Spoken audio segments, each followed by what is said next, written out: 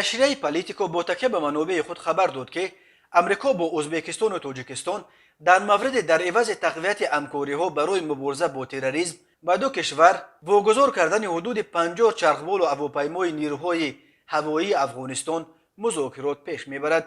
این چرخبال و هواپیماها را ماه اوگوست سال 2021 قبل از سقوط حکومت قبلی افغانستان و به قدرت آمدن طالبان خلبانهای افغان به کشورهای همسایه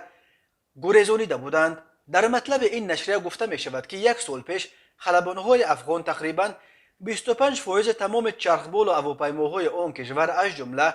چرخبالهای نوهای OH-60 بلک هاوک می 17 می 25 هواپیماهای تمغه‌های گوناگون را به این دو کشور گریزانیدند. وزارت مدافع امریکا قبلا گفته بود که در عموم از افغانستان 46 چرخبال و هواپیما به ازبکستان و 18 عدد دیگر به تاجیکستان برده شد. اکثر این تکنیک را به افغانستان امریکا داده بود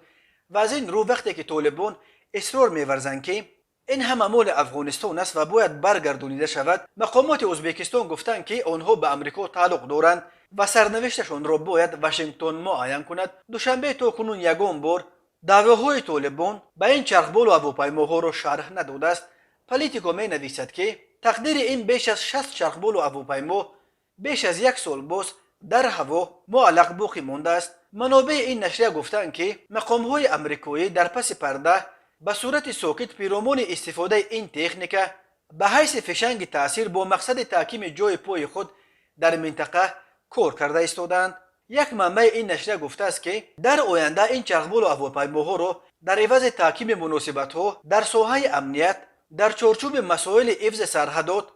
و مبارزه با تروریسم می توانند به تاشکند و دوشنبه بدهند. طالبان ماه اوگوست سال 2021 در پیشروی خروج نیروهای ائتلاف در بین همگی در روز توانستند تقریبا تمام قلمرو افغانستان را به دست بیارند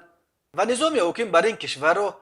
به امارات اسلامی عوض کرده حکومت خود را تشکیل کنند. روزهای 13، 14 و 15 اوگوست سال 2021